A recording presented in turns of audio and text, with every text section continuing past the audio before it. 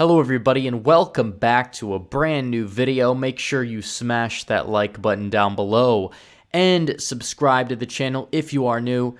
As you guys know, we got that negative 93% impression advantage rate, so make sure you interact with this video in any way possible to help it in the algorithm so we can continue to grow our audience here.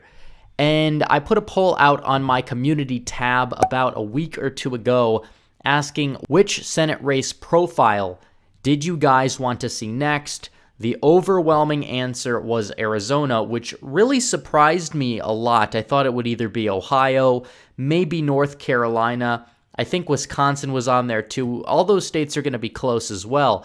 But come to think of it, I think Arizona is a very important one to do because it is going to be a very close state in terms of the governorship, in terms of the Senate race there. And Republicans in the state are going to be out for revenge given Donald Trump's extremely narrow loss to Joe Biden in the 2020 presidential election. And we're going to analyze all this and more, talking about the Senate race, a little bit on the governor's race, but mainly about the Senate race and talking about what candidate can actually win. But first, I do have to tell you guys about my very good friends over at Patriot Supply. What will you do during the next power grid failure, or if the weather is so bad you can't even get to the grocery store? Do you have enough food at home to get you through the next disaster? Because you will, as long as you stock up on emergency long-term storage food from Patriot Supply. Their food stays fresh for up to 25 years, so it's there whenever you need it. And now you can save up to $200 off their 3-month kit of delicious emergency food that provides 2,000 plus calories a day. Just go to preparewithredeagle.com and you'll get the emergency food you need before the next emergency. Your kit will arrive discreetly at your door in just a few days. People used to laugh at preppers, but not anymore.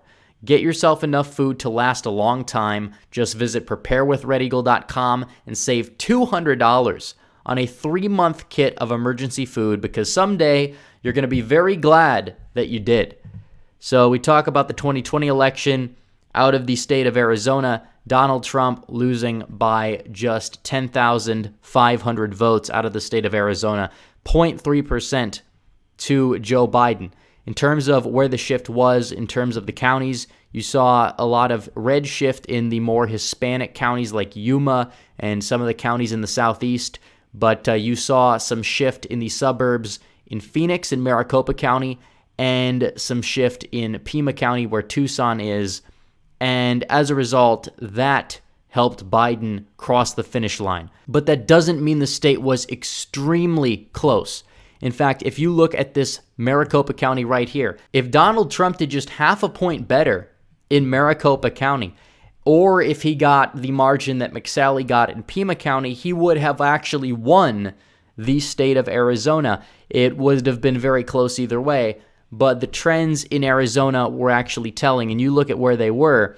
Outside of Maricopa County, a lot of the state moved right. You saw a little bit leftward shift in Flagstaff and Tucson, but a lot of the places like Yuma, much of Yavapai County, and Mojave County moved slightly so ever to the right. However, in the Phoenix area, you look at the fact that a lot of the places around Tempe and Mesa, you saw big shifts to the left, and that was what really doomed Trump, as well as in the north side of Phoenix, over by Glendale, a little bit in Peoria. Now, the Hispanic areas of Phoenix actually moved to the right throughout much of the city, as well as in places like Tolleson, Avondale, and Buckeye.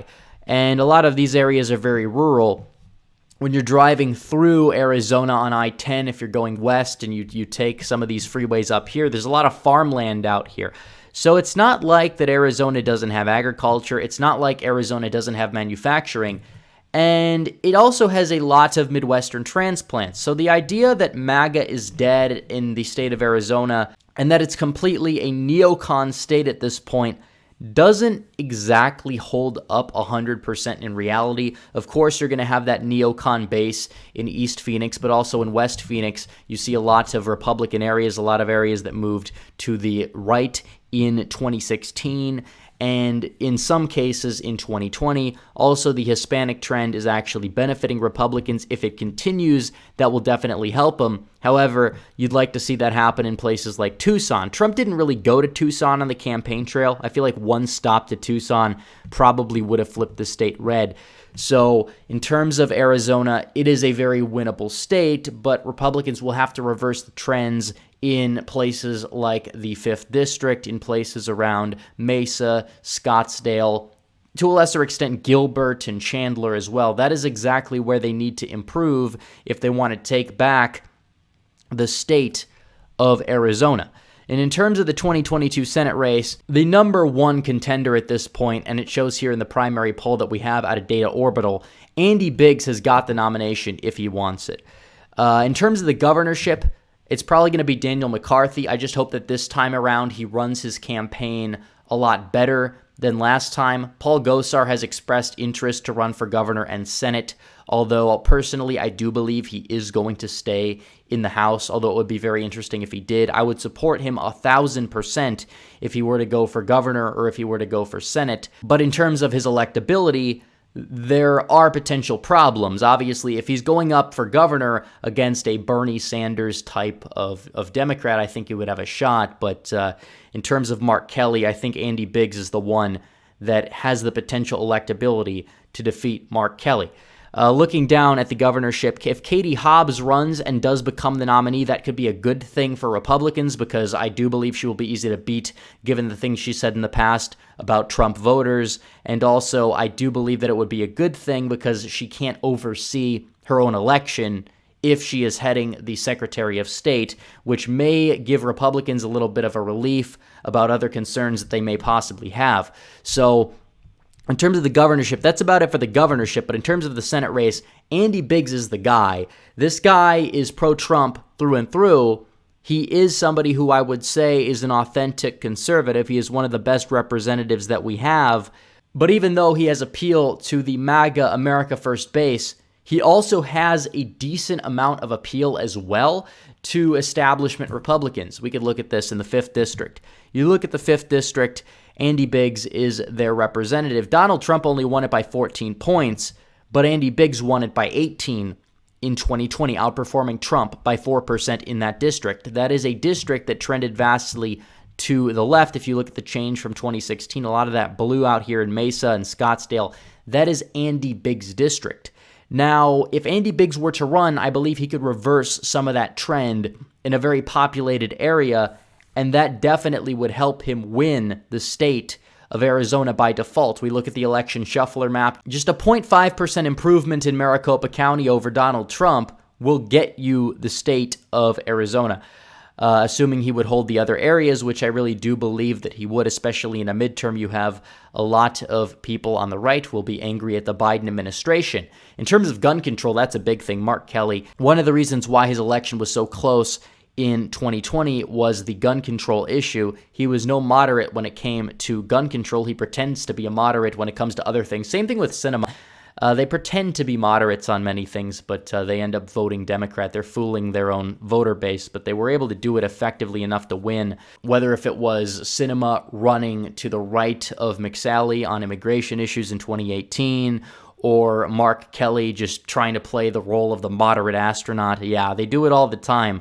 It's what politicians do to get elected, and then they will ignore that moderate base. They'll come back around the next election cycle, but it's just going to make them look like frauds every single time. But that's really beside the point. If you want to look at gun ownership in the state of Arizona, 33%, that is more than neighboring Utah, which is a lot more rural. It's much more than California, more than Ohio, more than even Michigan and Pennsylvania, and much of the rest of the country. Again, Arizona definitely is a very pro-gun state, and gun owners vote. And if this gun control push is going to continue, more and more of those gun owners and Republicans are going to be energized come the 2022 midterms, and it is going to help Andy Biggs or whoever the Senate nominee is to win. So I really do believe that Biggs does have a shot to win in 2022 if he does get the nomination, that I will say. Andy Biggs is also Mormon. The Mormon vote has been drifting away from Republicans. Sinema, being an ex-Mormon, arguably helped her significantly in Maricopa County. Also, Andy Biggs is from Maricopa County, which Martha McSally wasn't. Typically, you do have to be from Maricopa County to win in the state of Arizona. That is also part of the electability problem that somebody like Paul Gosar, as much as I like him, may have in terms of a statewide office in the state of Arizona, because most of the population lives in Maricopa County in the state of Arizona. Now, in terms of the Mormon issue, you did see a lot of these precincts move left. I thought a lot of them would move right as the third-party vote dipped, but typically what we saw is a lot of those third-party voters ended up actually going for Joe Biden, but also in many cases voted for Andy Biggs, so Andy Biggs running for Senate potentially could win them back. It's going to be interesting to see how that exactly shakes out, but I think Biggs is a great candidate because he can appeal to the MAGA base, which does exist in Arizona, but also appeal more to that traditional establishment, Mormon, neocon type of base as well, while still being America first enough when it comes to policy. That alone, I think, can carry him in the state of Arizona in what I do believe will be a red wave year in some capacity. Now, it's no guarantee that he wins. It's no guarantee that the Republicans win. But is he the best choice that Republicans have in the state of Arizona? Absolutely. You look at somebody like Doug Ducey. Nobody likes this guy anymore. Flip-flopping on the lockdowns, flip-flopping on the election process. Donald Trump, not really a fan of Doug Ducey either. He probably is not going to get the Donald Trump endorsement. So looking at Doug Ducey, I don't believe Doug Ducey is viable even for the nomination. In terms of Kelly Ward, I think she's the chair. She's ran for Senate twice before. I don't think she is going to run for Senate again. But I do believe that Andy Biggs is the only one that will have a chance to get the nomination. And I do believe he is the only one that has the opportunity to unite the party 100% behind him, whether it is the Trump base or some of the people that in the past didn't like Trump because Trump was bashing McCain a little bit, and McCain is supposedly revered in many parts of Arizona. A lot of those types of voters, I believe, will come home for Andy Biggs the same way that they already did in the 2020 election. The 2016 election, Andy Biggs won by 28 points. Donald Trump won the district by, I believe, 21. So that's a 7-point overperformance. And in 2020, Andy Biggs overperformed Donald Trump by 4 to 5%. So already you see, now here's a guy who can expand the coalition, which is what you need to do going up against somebody like Mark Kelly. Mark Kelly, he's probably not going to vote to end the filibuster. That alone is going to keep him viable. So you need the best candidate for the race. And in my opinion, there's no other candidate that can win other than Andy Biggs. So anyways, guys, thanks for watching this video. Please like this video down below, comment down below, and subscribe to the channel. Hit the bell for notifications so you never miss another video. Follow me on social media, especially Alt Tech. The links are all in the description below. As always, guys, thanks for watching. Red Eagle, out.